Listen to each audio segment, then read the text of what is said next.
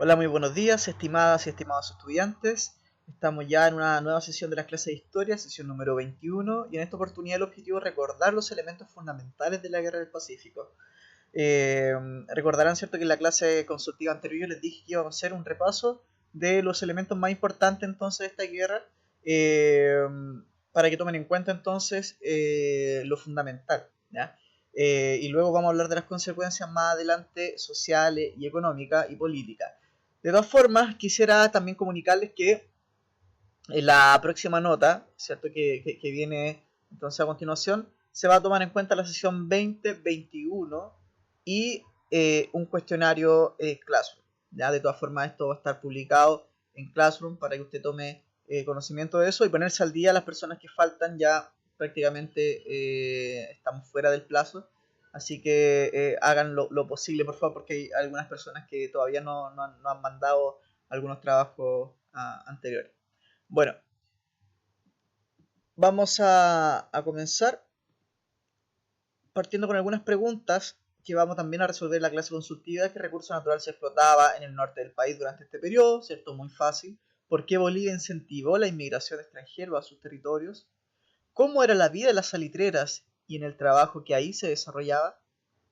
¿Cuál es la causa inmediata de la guerra del Pacífico? Bueno, esas son las preguntas que nosotros deberíamos despejar en esta clase.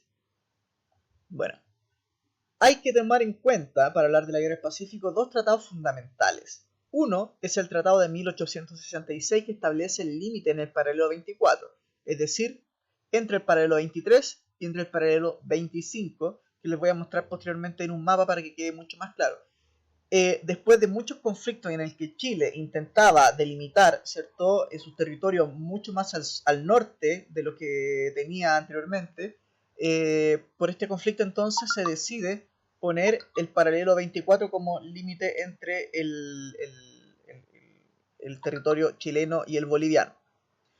Y luego más adelante existe otro tratado, el de 1874, que es el tratado que da prácticamente el paso y al estallido de esta guerra, que es este tratado contemplaba el no subirle los impuestos a las empresas chilenas que estaban en el norte, ¿cierto?, del paralelo 24, es decir, en el territorio boliviano. Y por eso estalla la guerra del Pacífico, porque el presidente de Bolivia en esta fecha, Hilarión Daza, le sube los impuestos, por lo tanto, Chile se basa en esta violación al tratado para declarar la guerra a Bolivia. Y es ahí donde nace y surge la guerra del Pacífico. Son dos tratados que hay que tomar en cuenta entonces, el de 1866 que establecía el límite y el tratado de 1874 que establecía no subir los impuestos a la empresa chilena al norte del país. De todas formas, quisiera buscar el mapa que nosotros veníamos hablando para que quede esto mucho más claro. Ahí tenemos, ¿cierto?, el mapa de Chile y de Bolivia, principalmente en toda la ciudad de Antofagasta. Podrá ver ahí el paralelo 23 y el 25, ¿ya? Chile supuestamente delimitaba por ahí en el 25, aunque comienza a exigir nuevos territorios hacia el norte, porque ustedes recordarán que yo les dije que los límites de los territorios de las naciones en Sudamérica no estaban muy delimitados, no estaban muy bien definidos. De hecho, decía que Chile delimitaba hacia el norte con el despoblado de Atacama, pero no establecía muy bien los kilómetros, los paralelos. Por lo tanto, Chile exige más territorios hacia el norte, además que existían muchos chilenos trabajando en el salitre en esta zona que era de Bolivia. ¿Ya? Por lo tanto, en esta exigencia, según el Tratado de 1866, se establece que el límite iba a ser en el paralelo 24. Por lo tanto, Chile adquiere estos territorios. El otro tratado que yo les nombraba, el de 1874, establecía que aquellas empresas chilenas que seguían trabajando en este territorio, es decir, en territorio boliviano, podían seguirlo haciendo, pero que no se le iba a subir los impuestos. Recuerden que todas las empresas extranjeras que están en un territorio deben pagar impuestos a la nación en el que están trabajando, ¿ya? Por lo tanto, en ese tratado de 1864 se estableció no solo los impuestos a las empresas que estaban acá. Sin embargo, se suben y con eso comienza la guerra del Pacífico, ¿ya? Ahí están entonces los dos tratados, 1866 que establecía el límite, ¿ya?, y el de 1874 que establecía el no subir los impuestos a las empresas. Y comienza entonces el 5 de abril la declaración de guerra contra Bolivia. Y yo les dije, ¿y por qué Perú comienza también esta guerra? ¿Por qué se mete a esta guerra? ¿Y por qué Chile le declara la guerra a Perú también? ¿Nah? Todo es por un tratado, una alianza que había establecido en 1873 Perú con Bolivia. Un tratado secreto. Supuestamente Chile no estaba al tanto de este tratado y, digamos, infiere de que este tratado entre Perú y Bolivia se estaba realizando porque sabía que venía un enfrentamiento entre Bolivia y Chile y por lo tanto Perú decide apoyar a Bolivia porque podía sacar provecho de esto. Esa es la interpretación, digamos, del territorio chileno, de la nación chilena frente a este conflicto y por qué le declara la guerra a Perú también. ¿Ya? Vimos también algunas diferencias, supuestamente Perú y Bolivia, entre ambos, hacían mucho más población y mucho más, un mayor ejército, por lo tanto, tenían la seguridad de que podrían ganar esta guerra. Sin embargo, como les decía, después de la guerra y comienzan ya las consecuencias de la victoria chilena, ¿ya? Porque fue una victoria, al final Chile termina ganando esta guerra, eh, Bolivia reconoce el dominio absoluto de Chile entre los paralelos 23 y la desembocadura del río Loa, es decir, mucho más arriba de los territorios que antiguamente tenían. ¿Ya? Prácticamente le quita toda la costa a Bolivia. ¿Ya? Después de que Bolivia tenía una gran costa por toda Antofagasta, ahora con el Tratado de 1904, como consecuencia de la Guerra del Pacífico, Chile adquiere prácticamente todos los territorios de la costa que eran de Bolivia. Con Perú comienza el Tratado de Ancón en 1883, que establece la perpetuidad de la soberanía chilena en Tarapacá. Tacna y Arica quedan bajo el control y la administración de Chile por 10 años, y se decide que estos dos territorios, Tacna y Arica, tenían que pasar por un plebiscito para decidir que los propios ciudadanos decían qué territorio iba a quedar para Chile y para Perú. Sin embargo, este plebiscito nunca se realiza y en 1929 entonces eh, Arica queda para Chile y Tacna para Perú. Así se decidió porque el plebiscito nunca se hizo. Por lo tanto, se configura el territorio como nosotros lo conocemos actualmente. Aquí vemos las diferencias, ¿cierto? Antes de la Guerra del Pacífico, los territorios que eran de Bolivia y los territorios que eran de Perú, contemplando, por ejemplo, Arica, y posteriormente la Guerra del Pacífico. Los territorios que gana Chile, de Antofagasta que eran de Bolivia y de Arica que eran de Perú. Por lo tanto, así se configura el territorio hacia el norte después de la Guerra del Pacífico. ¿Ya? Por lo tanto, nosotros hasta ahora hemos hablando de muchas formas en que el territorio nacional se comienza a expandir, ¿cierto? Una forma que se da en el sur, ¿cierto? Con la expansión del territorio nacional por parte del Estado, ocupando terrenos de los mapuches, también hacia el extremo sur en Magallanes, ¿ya? Con el estrecho Magallanes, y de la Araucanía, como les decía anteriormente, y también hablamos entonces del norte grande con la Guerra del Pacífico, la incorporación de Antofagasta, Tarapacá y Arica. ¿Ya? Vemos algunas imágenes de la Guerra del Pacífico, ¿ya? Del triunfo, de cómo se reciben a los soldados en Santiago, ¿cierto? Incluso con festejo. Algunas de las imágenes que ustedes verán que el ejército en la Guerra del Pacífico no estaba muy preparado. Estas obviamente no son imágenes reales, estas sí, son cadáveres que se encuentran hasta el día de hoy, se van encontrando cadáveres en el desierto.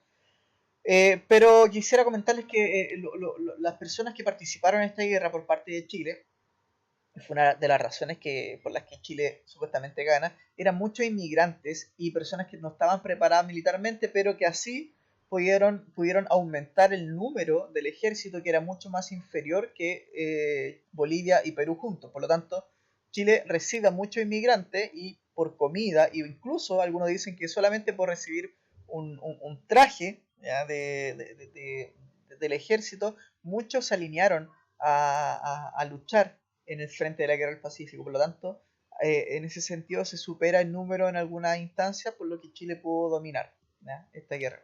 ¿Qué consecuencias sociales trajo la Guerra del Pacífico? ¿Ya?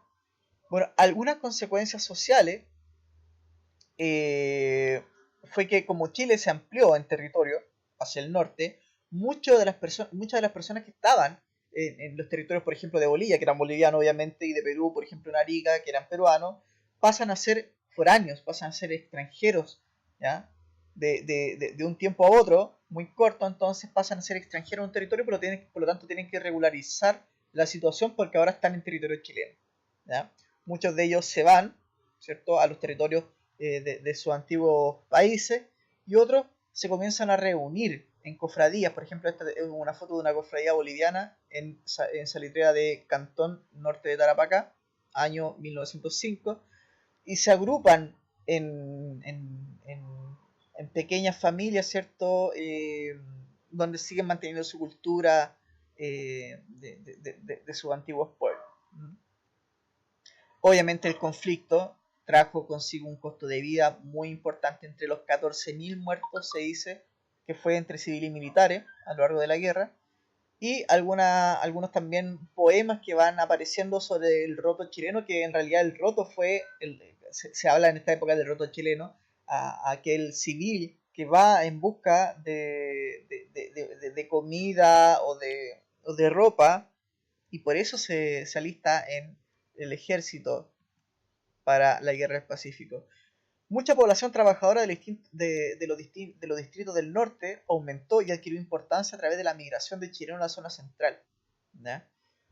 Comienzan las migraciones, ya sea, por ejemplo, aquí vemos algunos números.